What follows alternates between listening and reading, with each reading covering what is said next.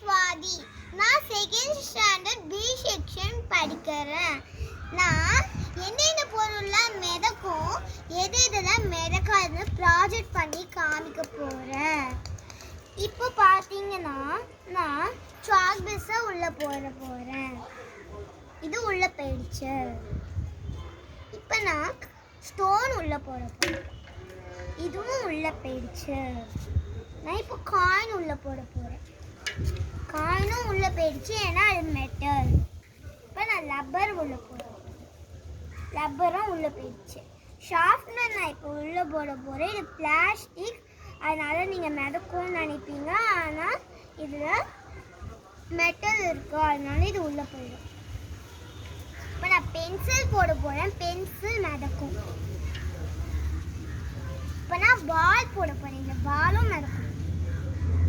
இப்போ நான் லீஃப் போகிறேன். லீஃபும் மிதக்கும். இது பார்த்தீங்கன்னா மிதக்குது.